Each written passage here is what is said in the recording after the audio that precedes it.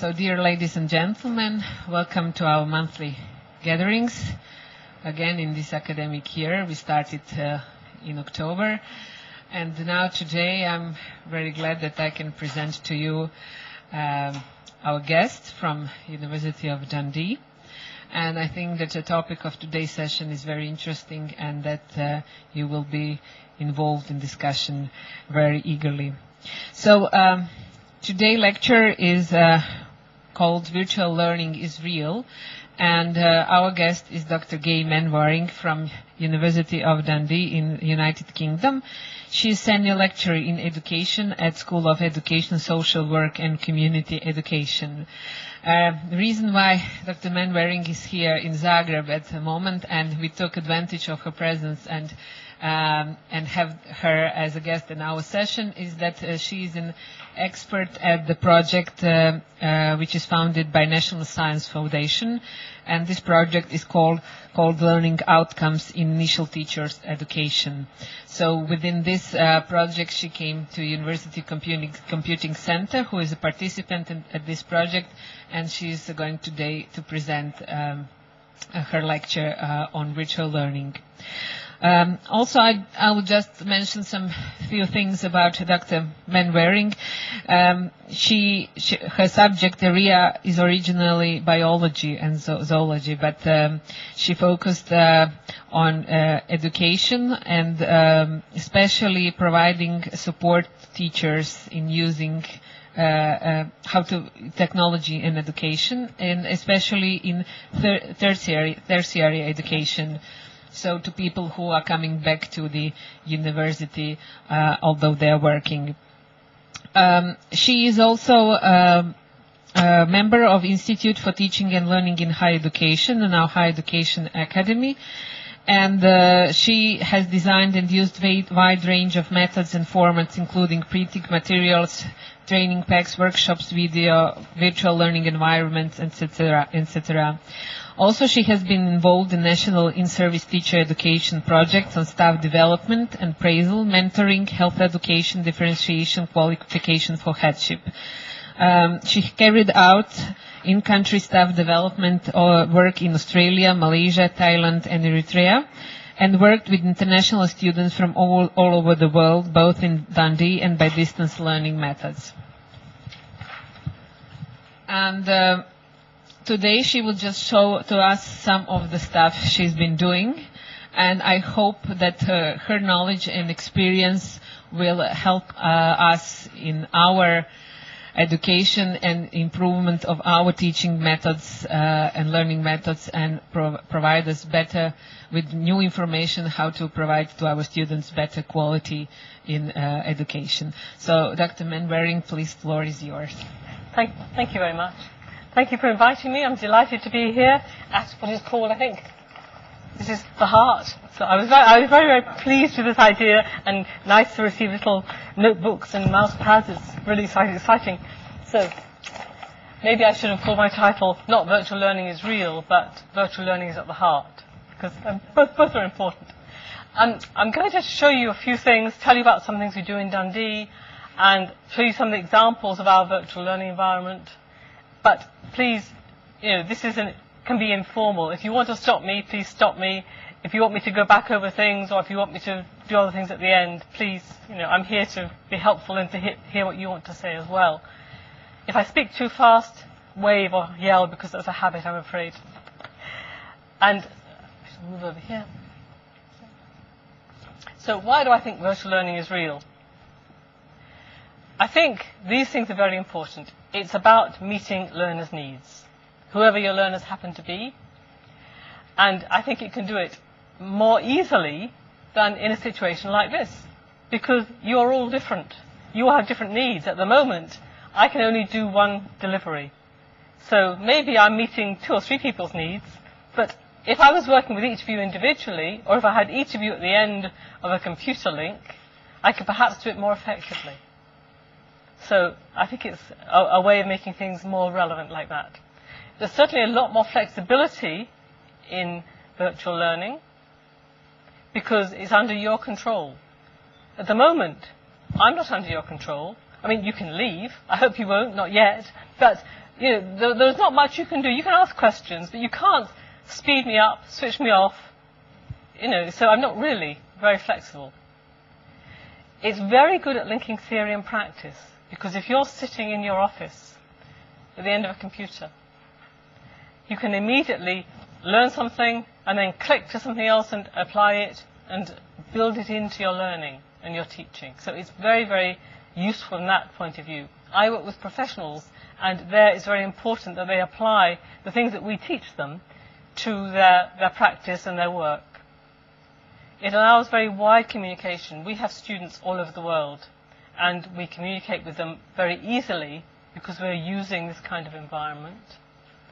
It's very good at both storing and retrieving information, and this is not just for the lecturers, it's for the students as well. They can store things, they can retrieve things, they can keep track of the things that are relevant to them. Great for monitoring progress. We can monitor the progress of our students, but again, so can they. We want to hand over control to the students so they can actually find out what they're doing and how they're doing it. And it allows for authentic assessment, by which I mean assessment which is meaningful and real and has value, not just to pass a piece of work, but actually will help somebody achieve what they want to do in their real life, rather than just doing an assignment which is a set piece of work. So these are some of the reasons that I think virtual learning is real. But let's have a look at some in more detail. I need to give you a little bit of background. We moved from traditional teaching, sort of lectures in large rooms, to distance learning, which was by traditional paper-based methods, before we went on to e-learning. So we had the flexible distance side before we had computers. In other words, before computers were really very active. So that's the way we've come in, and that's probably affected the way we've actually designed things. So two important things to say first about the implications. First of all, the practical things. It's about distance, but it's not just about the fact that people are physically remote. That is one aspect which is practical and needs to be solved. You also need to think about the delivery of materials and how you're physically going to get them from the teacher to the learner. In the old days, it was by post or by a van. Nowadays, it tends to be by the internet or by email or whatever. But you need to think about that. And you need to think about how to support your students who are out there and you don't really know what they're doing because they're not in front of you. So how are you going to support them? So those are the practical things you need to think about. But more importantly, you need to think about the educational implications. And this is where you're giving some control over to the learners. They can choose where and when to study. They can make choices about their curriculum. They actually take some of these decisions away from the lecturer. Now that's good for lifelong learning. We want people to be empowered. We want people to make decisions. But it means that you've actually got to work in a situation which allows them meaningful choices.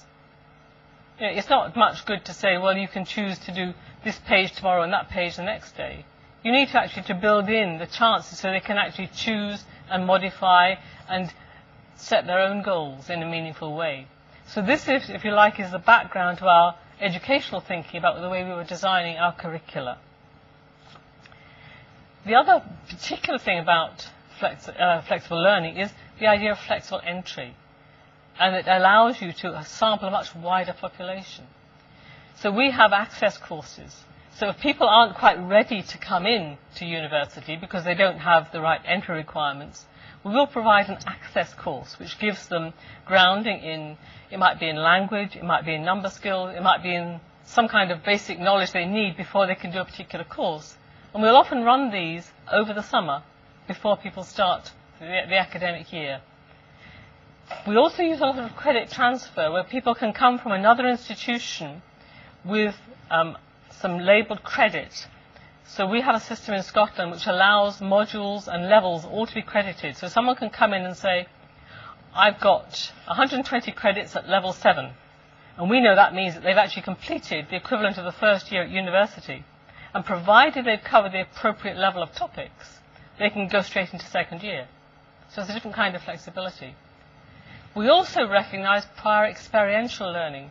By that we mean not just credits from a course, but if people have actually been working in practice, and they have perhaps been evaluating something, trying out a new method, developing something creatively, they can actually get credit for that, provided they've prove they can learn from it.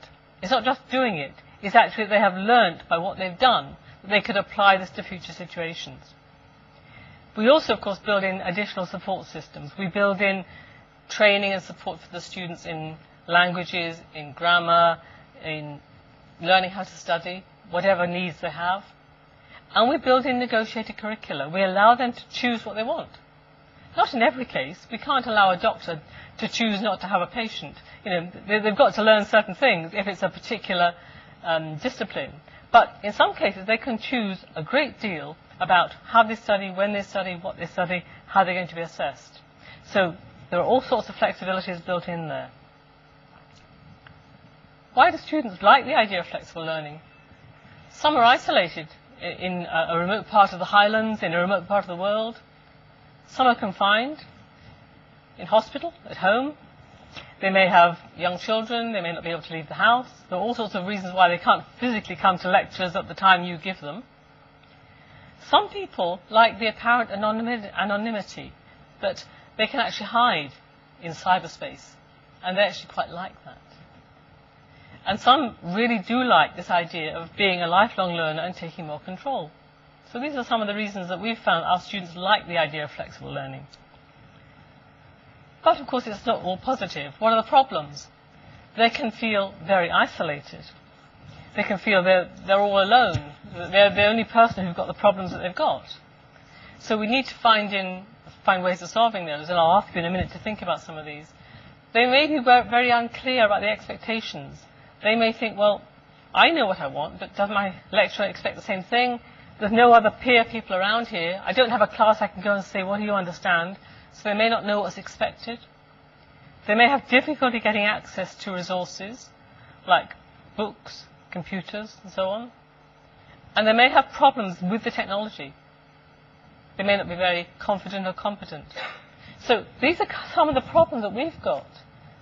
And I can tell you how we've tried to solve these, but I'd be interested, just what sort of things do you think about that? What kind of ways would you have of solving these kinds of problems? Just chat to the person next to you about these, because I don't want just to talk at you all the time. So how would you solve one of these problems or any of these problems? Talk to each other. Be brave.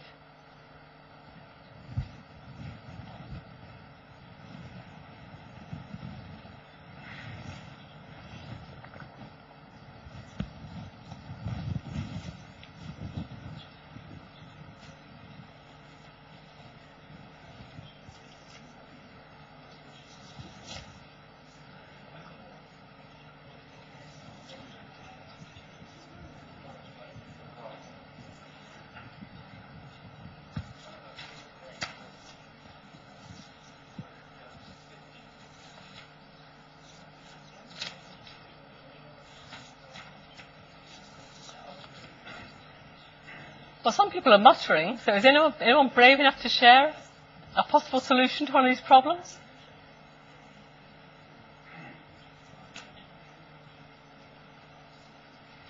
Come on, be brave.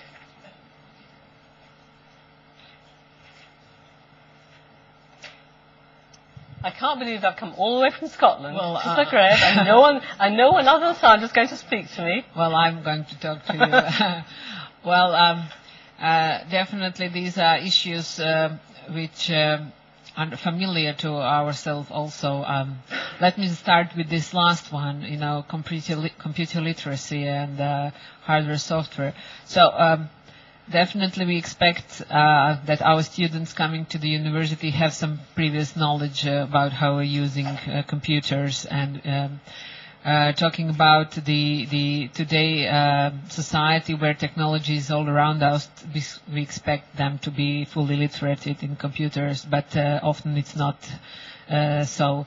So what we can offer here at the University Computing Center is some courses for students to make them learn how to use computers in order to be able to follow the courses.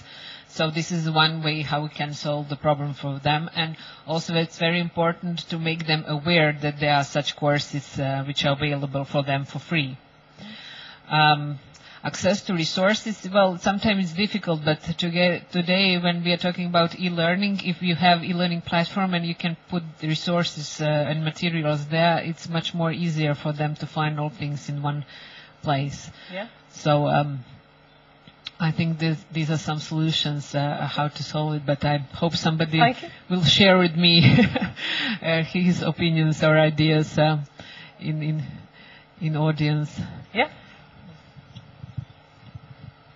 Well, if I can just mention how they do it at the e-learning academy of our Carnets network, and perhaps I'm not the right person because I've never led any blended learning courses or learning courses at that academy, but people from Carnet are a bit quiet right now. So they do have these initial meetings face-to-face when they can get to know each other in those groups. They have groups of about 20 to 30 per one course, per one type of education. And they also, after several weeks, I think it's about 6 weeks or so, 6 to 8 weeks, they also meet once more face-to-face. And then they have the final set of e-learning, only e-learning education before meeting for the last time for assessment or something, yes? But all the time they do have a lot of online discussions. So it's not my example. I'm from a college where there is too many students and too little time to devote oneself so much to the isolation of students and so on. And the unclear expectations can also be met in face-to-face interaction with students, perhaps as a group discussion. Access to resources has to be solved by the students themselves. The academic institutions can solve this by giving them access to computer rooms. Those are mostly in the library. And computer literacy, of course, the best way to do this is to have a course at the beginning of the study for all those students who find themselves not sufficiently computer literate. Thank you. Thank you very much. Yeah, we use a lot of these things, and the idea of having face-to-face meetings as well, so you have a mixture of blended learning, so there are computers as well as face-to-face, is very important, and it can overcome the feelings of isolation. We also encourage people to have a local mentor, somebody they can talk to, and we encourage and we build in activities so they can talk to each other, so that they get support from the other people on the course, rather than necessarily having to depend on staff, because, as you say, staff are very busy. The other thing which we do is, although we do put a lot of stuff online, we also actually send out library books, actual hard copies, by post to wherever the students are, and they can order them online, and then we just send them out. So that's a very important. It's quite extensive. They have to pay for the return postage, but we pay for the postage out.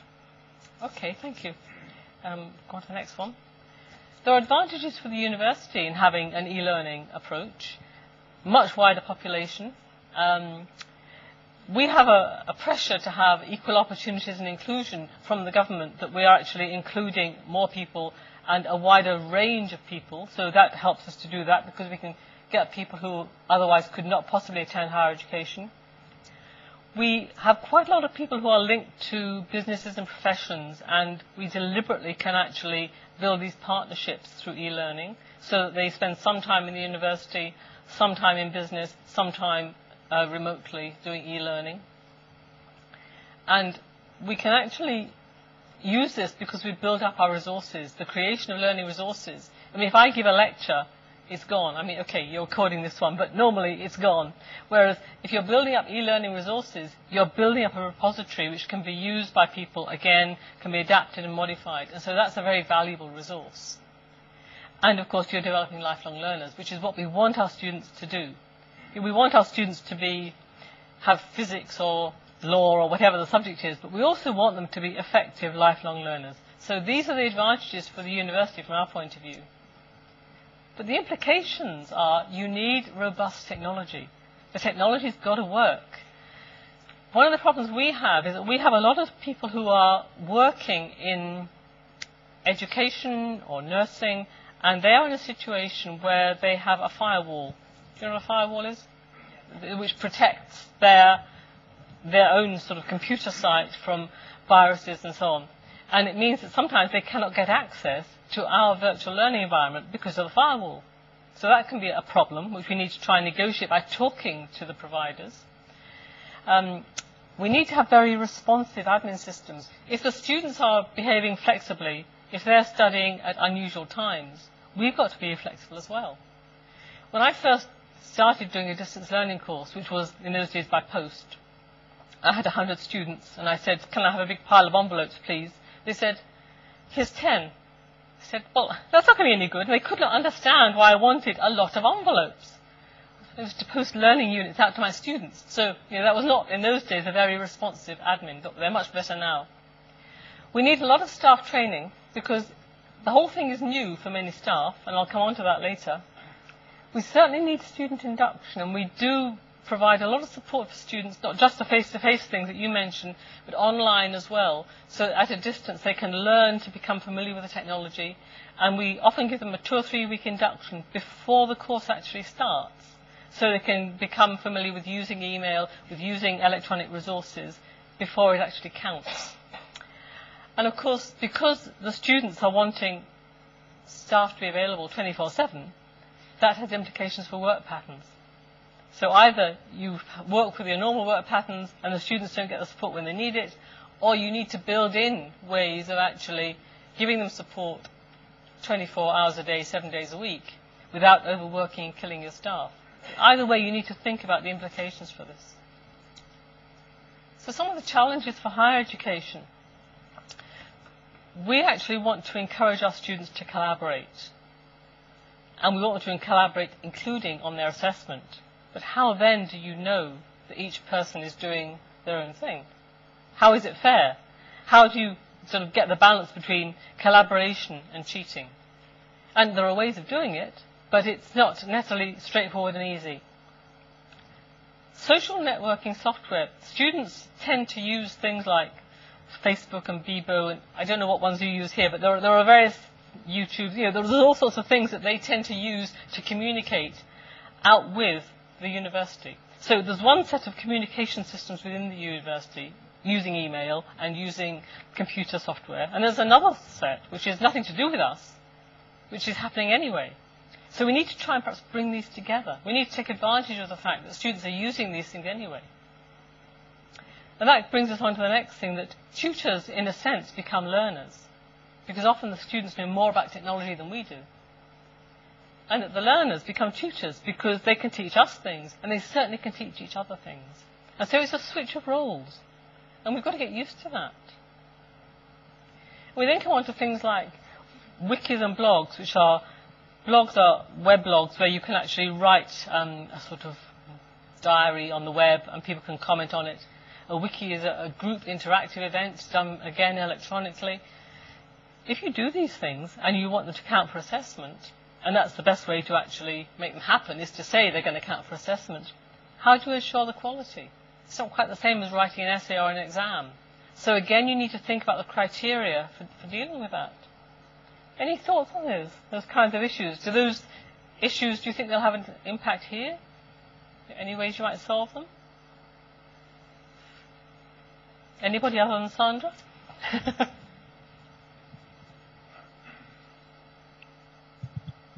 Well, we certainly do use social networking software at some faculties, and it's starting to be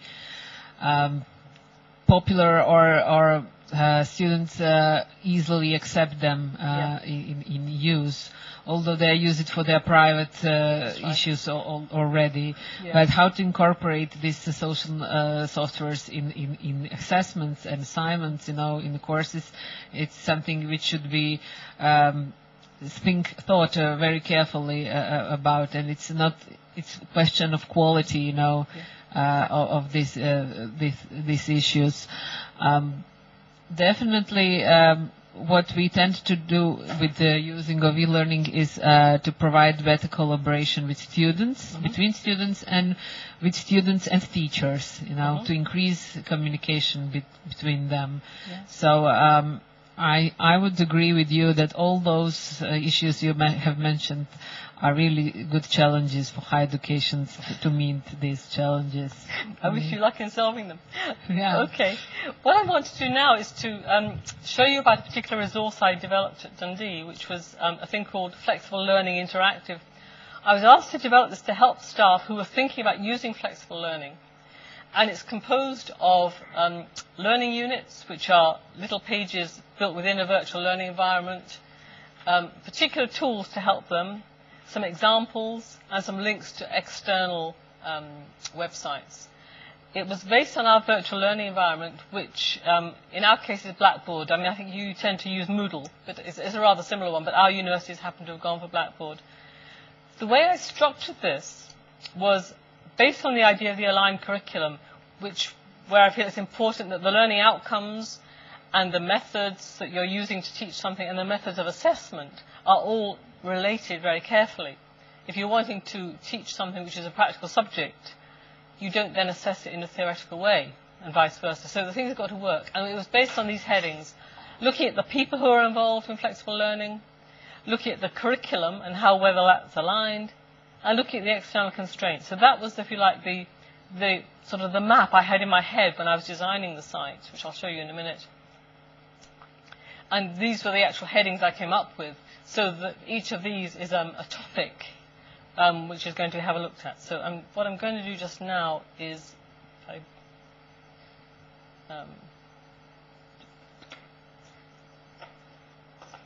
I need more hands than I've got.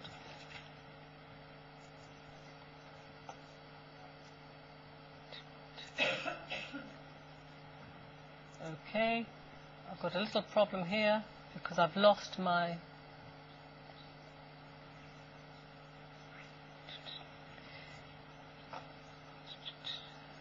I'll just need to go back into the internet because I've lost the connection there. And I might need some technical help, she says. Right, I need an internet connection. This is internet, isn't it? No, that's... well, it is, but it's not the one I'm wanting. This? Yeah, that's it. That's good. Thank you. Well done. See, you need an expert. I should explain, I'm not a technical person at all. I'm an educationalist. Right, this is the site. And I'm just going to take you through this. So the introduction just basically explains people what flexible learning is, talks about some of the implications which I've just done with you, and then introduces some very general sites.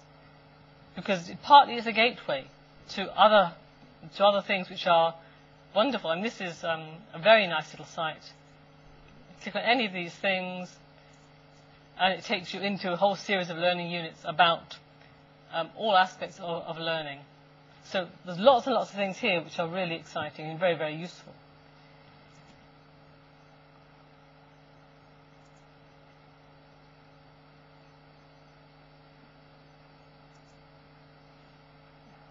And it's wonderful when it works, but it's going very slowly.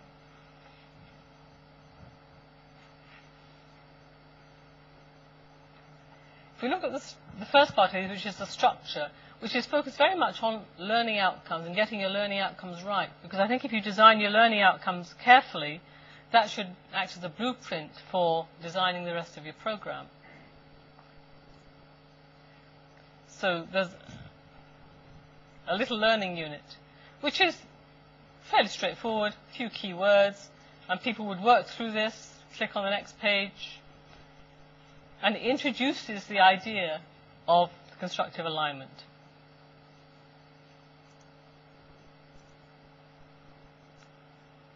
And then there are resources about it. So these are a series of PowerPoints or learning articles about this, which will give you more examples.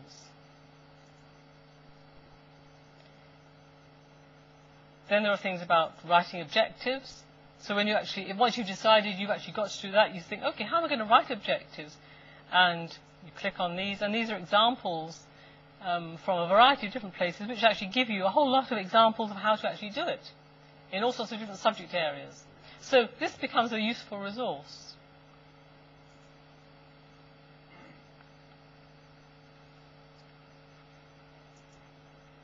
If we then want to focus on flexibility, we can look at different ways it can become flexible. Again, we can look at resources, and again, there's something here looking at, say, student views. And this is, it sort of has an example of models of how things are actually designed. So again, it's a useful resource.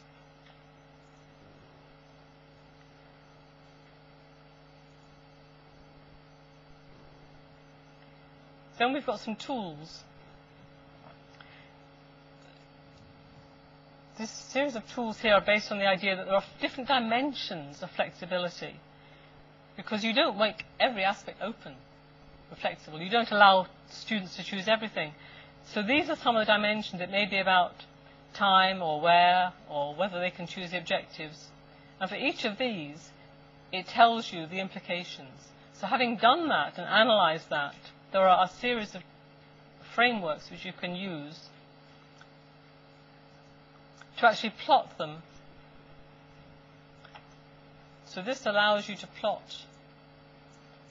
On these dimensions here, it allows you to plot a course as to whether it's closed or open on each dimension. And having done that, in a sense, it's like a course audit. And you can then decide which bits you want to become more flexible. And having done that, you can then actually build in the flexibilities you want. So that's looking at some of the things under structure. Then look at staff, because you can't run a good system without the staff. So again, there's a little learning unit about the staff roles. There's some very nice sites on, this one is on the competencies that staff need for e-learning, competency frameworks. So if you look at this, it actually gives you an idea of, if you're an e-learning designer,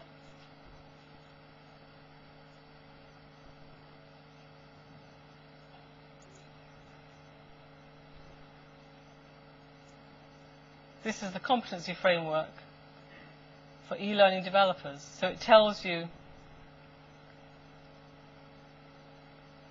all the kind of things that you should need to do. So it's a very useful starting point for training staff. And you can see there are similar things down here, training programs. Very nice link here, because the administrators are also very important, not just the tutors, but this is a nice little journal about administration, and this gives you access to all the articles, free access to all the articles and the previous articles. So it's very worthwhile looking at some of the admin issues.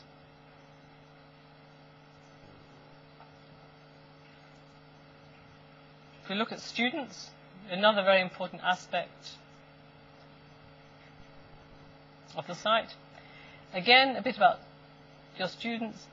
Quite a lot about teaching adults, because we tend to want to treat them in a more mature way.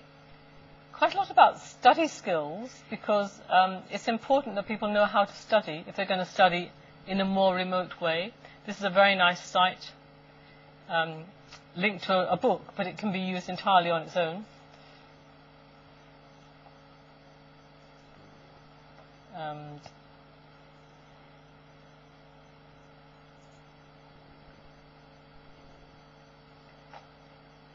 We may also have to deal with students with special needs.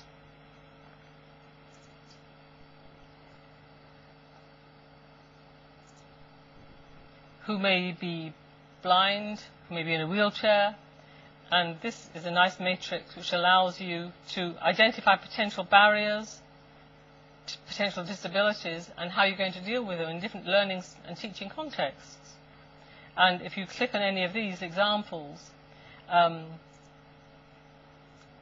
this is looking at people who are deaf, and you go to the case studies.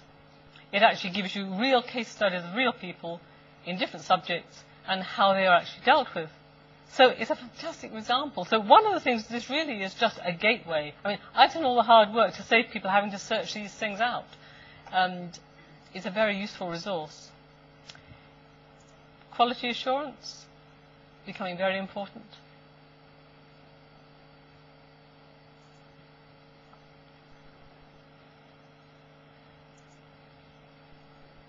So we link to various evaluation tools and how things can be evaluated.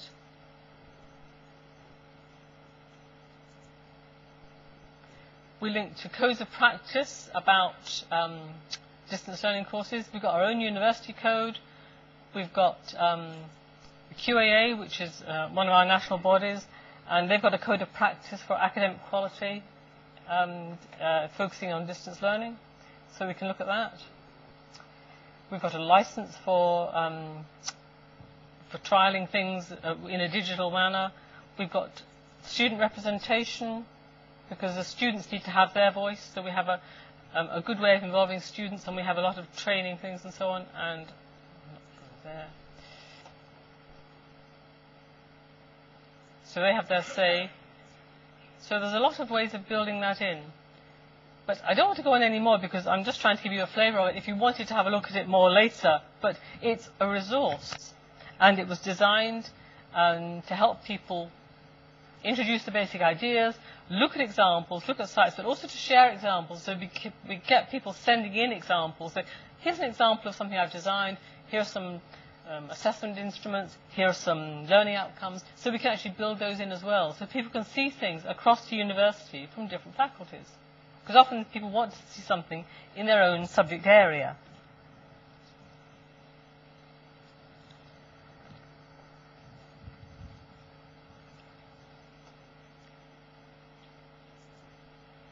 Minimize that just now.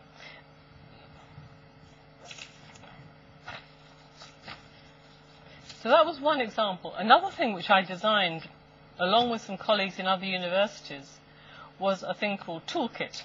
And this was designed as a decision-making tool to help people decide how and when to use technology to support their teaching. And it was a big project. There were about 10 different sub-projects, and involving, I think, almost every university in Scotland. We bid for the money, and we got different projects each, and they were all developed and put on this marvellous platform, and it was a wonderful resource on the internet. And a few weeks ago, it vanished. So, this is an external platform, so we have no control over it, which is kind of worrying. So, if I go back to Toolkit.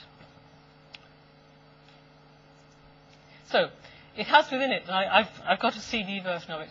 There are general sites, there are audit tools, because we feel often the first thing to do is to start by auditing where you're at. Then you go on to looking at advice tools, how you're going to actually proceed, and then the last one is how you're actually going to act and carry out things within your own situation.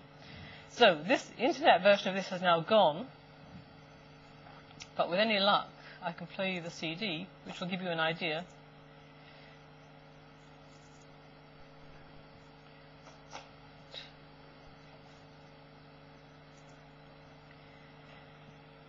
So if we click on, say, Advice Tools,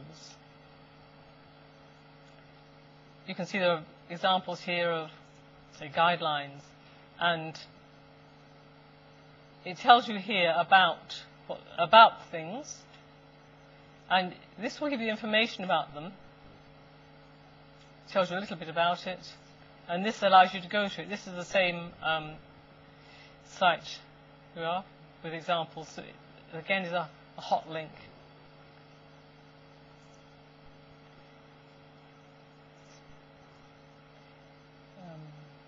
Evaluation protocols. So,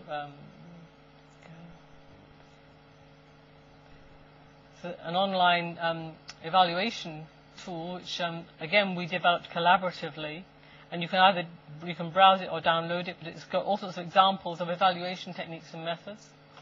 So this was another source designed really to help university lecturers in Scotland develop their teaching and learning using technology, together with, as I say, a load of other projects. And now it has just gone from the internet. So I'm glad I actually got the CDs made, because at least something still exists.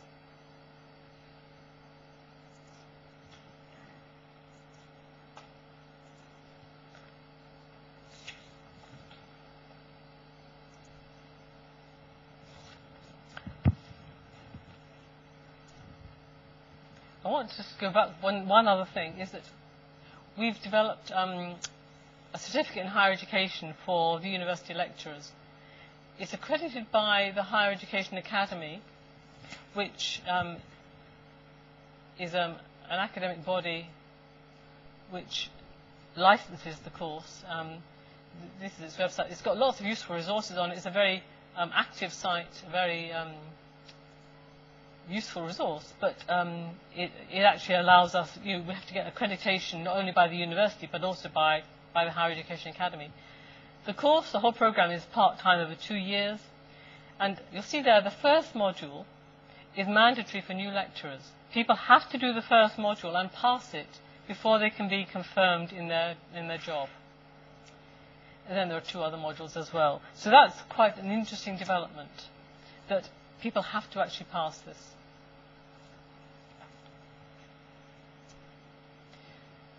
The first module, the mandatory one, has got it's a blended learning, so there are workshops, there's a lot of stuff on the internet, there's tutor support.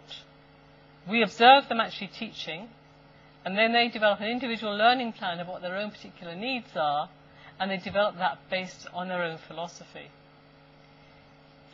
And I say there are VLE materials, so there are virtual learning materials for this course and for lots and lots of different courses that we have with our students, and how we get our students into a variety of different ways of interacting. So if you're interested, I could show you some of those later. But just really in a sense to wind this up, these are my particular views, if you like. What's in the back of my mind when I'm actually planning my teaching. I actually want students to challenge ideas, the ones from the literature, the ones I put to them, the ones they've got themselves. I want them to tell me things, and I value feedback. I really want them to use their life experiences, because I'm working with people who are experienced professionals, and they can bring so much of reality to the course. And I like them to work together collaboratively, and they do, and they gain a great deal from that. So what I'd like you to do is think about, what do you think is important? So take one thing and just talk to somebody near you about why it's important and how you actually make sure it's going to actually make a difference. Just think about that. What makes your job important, in a sense? So what do you believe about higher education? I'm not going to ask you to share this, it's very personal, but just for a minute, talk to somebody next to you. What's your philosophy?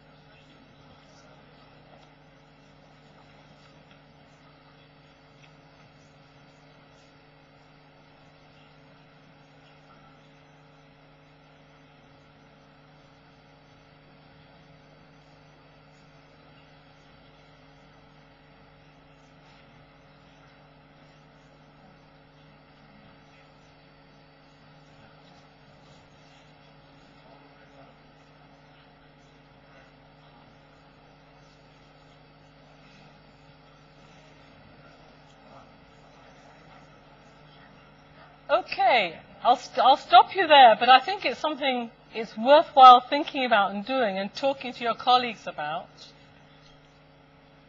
Let me leave you really with one thought, and that is that there are lots of changes happening, because life is like that.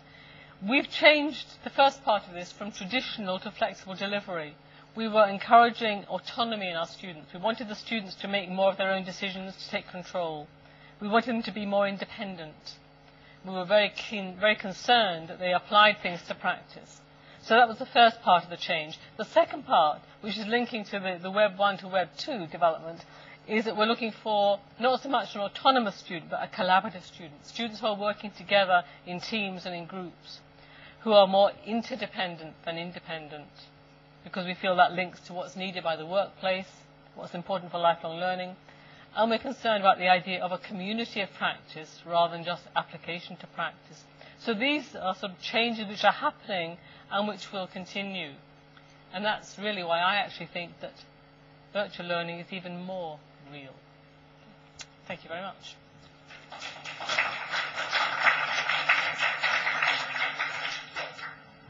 I'm very happy to answer any questions, and I'm also very happy to, if I could find it,